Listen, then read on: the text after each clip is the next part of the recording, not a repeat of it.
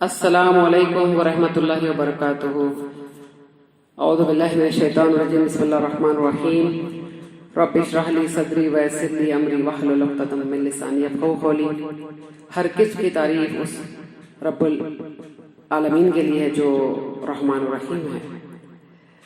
اللہم صلی علی محمد وعلی آل محمد کما صلیت علی ابراہیم وعلی آل ابراہیم انک حمید مجید۔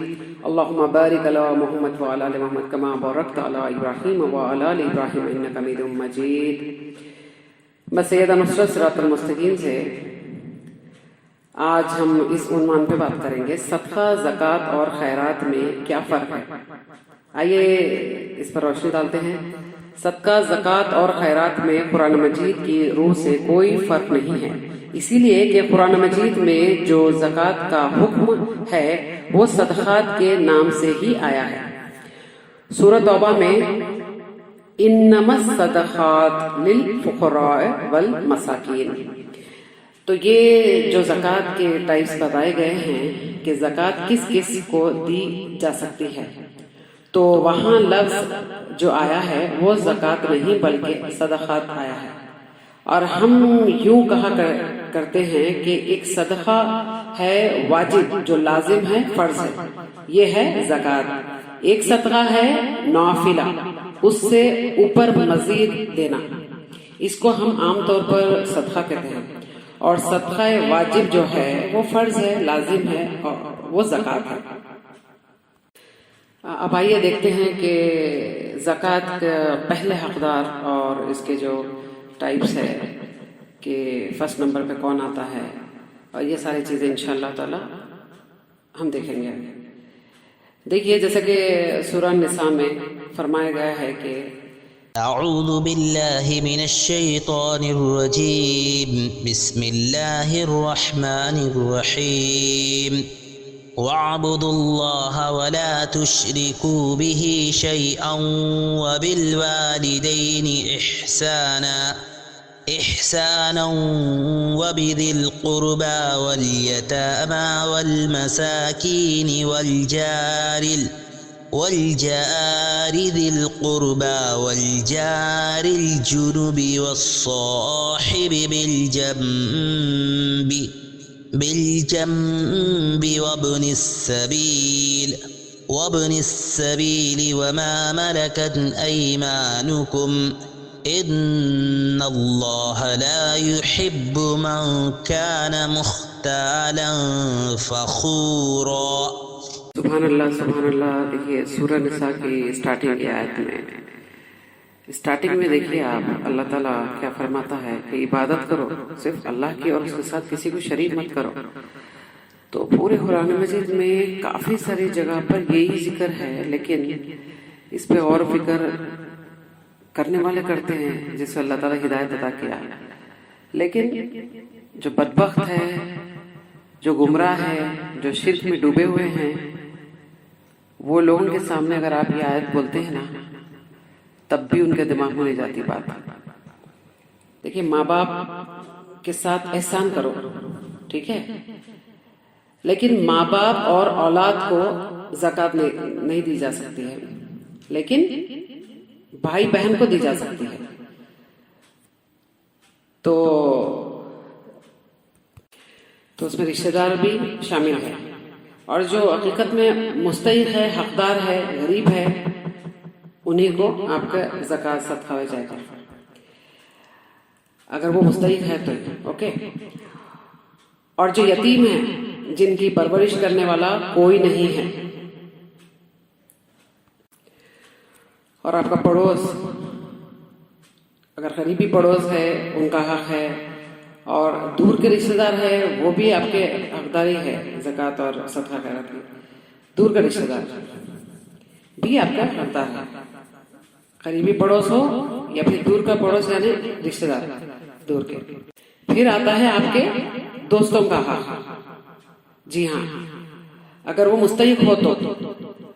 اور اس کے بعد ہے مسافر اگر وہ مستحق ہے تو حقیقت میں یہ دیکھتے ہیں آپ کے پاس جو غلام محنت کرتے ہیں، کام کرتے ہیں، ان کا بھی حق ہے صدقہ خیرات اور زکوٰۃ میں، لیکن اس پہ غور کرنا چاہیے کہ وہ آپ کے پاس کام کرتے ہیں، محنت کرتے ہیں، تو محنت کے پیسے الگ رہیں گے، اور زکوٰۃ کا مال جو ہے اس میں آپ کی نیت میں یہ چیز نہیں آنا چاہیے کہ اگر ہم اس کو زکوٰۃ یا صدقہ خیرات دے رہے ہیں تو یہ مزید اور ہماری خدمت کرے، ایسی نیت نہیں ہونا چاہیے، ورنہ آپ کا اجر وہیں پر ختم ہو جائے گا۔ اور اس میں مسکین جو غریب غربا لوگ ہیں ان کا بھی حصہ ہے۔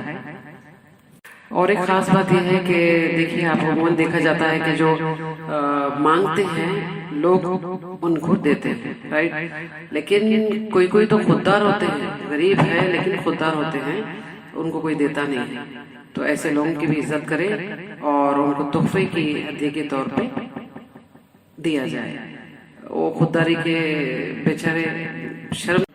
تو آپ یہ تحقیقات کر کے ہی دینا چاہیے۔ جی ہاں، بعض بات ایسا ہوتا ہے کہ انسان اپنے سارے رشتہ داروں کو بھول جاتا ہے، کچھ ان میں لڑائی جھگڑا ہوتا ہے، نا اتفاقیوں کی وجہ سے، دشمنیوں کی وجہ سے اور جلن حسد کی وجہ سے زکوٰۃ، صدقہ، خیرات یہ ساری چیزیں اپنے رشتہ دار کو نہیں دیتے ہیں، وہاں پر ایگو آ جاتا ہے۔ تو اللہ کے لیے یہ اپنا جو ایگو ہے، آپ کی جو بھی انا ہے، یہ سائیڈ میں رکھیں اور اللہ کے احکامات کو پہلے غور کریں کہ اللہ کیا فرماتا ہے۔ میری دشمنی ایک سائیڈ میں ہے، لیکن اللہ کیا فرماتا ہے، رشتہ دار کا حق ہے، فوراً رشتہ دار کو اللہ کے لیے آپ تعاون کریں، اللہ کے لیے جو بھی زکوٰۃ ہے، صدقہ خیرات ہے، یہ رشتہ دار کو۔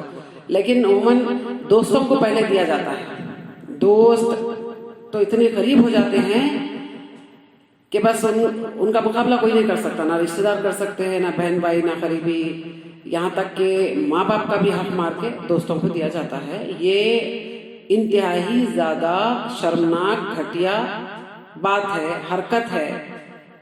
تو اسلام شریعت میں اللہ تعالیٰ نے حدود بتا دیے ہیں، لیمٹس بتا دیے ہیں، ٹائپس بتا دیے ہیں کہ نمبر کس کس کا آئے گا، اور اس کے بڑھ چڑھ کے اگر آپ آگے بڑھ کر کوشش کریں گے تو پھر منہ کے بل گریں گے۔ جو شریعت کے خلاف جاتا ہے ویسے بھی اس کا منہ کالا ہوتا ہے، ٹھیک ہے۔ تو یہ ساری چیزیں ہیں۔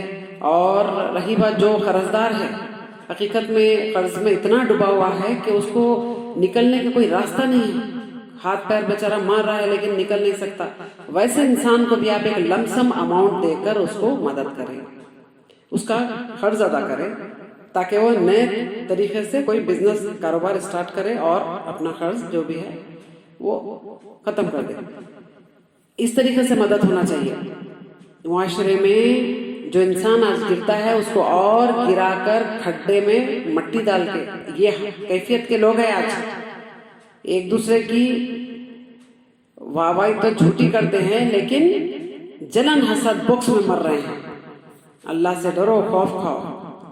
تو رشتہ دار ہے، اپنے بہن بھائی ہے، اور دوستوں کا تو بتائی میں آپ کو، وہ بھی ہے۔ اور اس میں آتا ہے نان مسلمز، زکوٰۃ نان مسلم کو دے سکتے ہیں آپ، لیکن اس کی شکل کیا ہے کہ آپ مسلمان کا جو جماعت ہے، پوری قوم مسلمان جو ہے نا، آپ کے آس پاس بھی، آپ کے جو محلے میں، آپ کے ایریے میں جہاں پر بھی آپ رہتے ہیں وہاں پر مسلمان غریب نہ رہے۔ مسلمان اگر ایک دم سیٹل ہو گیا ہے کہ اس کو پیسوں کی زکوٰۃ کی اس کی ضرورت نہیں ہے، وہ بالکل ایک دم درست ہے، تو اس شکل میں آپ نان مسلم کو دے سکتے ہیں۔ ورنہ ایسا نہیں ہے کہ آپ کے اپنے معاشرے میں اپنے مسلمان غریب ہے لیکن آپ اٹھا کر آپ زکوٰۃ اگر نان مسلم کو دے رہے ہیں تو وہ بھی غلط ہے۔ تو یہ ساری چیزیں اور بھی بہت زیادہ آپ مزید اس پہ تحقیقات کر سکتے ہیں۔ میں تو دیکھیے میرے جو استاذ کی تعلیمات ہے میں آپ کو بتا رہی ہوں، اور میں ایک طالب علم ہوں، جتنی میں کوشش کر میں آپ کو بول رہی ہوں، بتا رہی ہوں، کیونکہ میرے ایک بھائی کافی کمنٹس میں کافی مرتبہ اس سے انسسٹ کیے ہیں، تو اسی لیے میں آڈیو بنائی ہوں، ویڈیو کی تکلیف ہے مجھے میرے فون میں، ٹھیک ہے۔ تو اگر اس میں کچھ غلطی ہے تو آپ اتنا زیادہ ہائی لائٹ مت کیجیے۔ میں جیسے بتائی ہوں طالب علم ہوں تو تھوڑی بہت تو غلطی رہتی ہے، انسان درست پورا تو نہیں ہو سکتا، اور بے عیب صرف اللہ کی ذات ہے۔ جتنی کوشش میرے بس میں ہے اتنا میں کر رہی ہوں، اور آپ ساتھ دیں میرا، اور میں بہت شکر گزار ہوں۔ آپ لوگ مجھے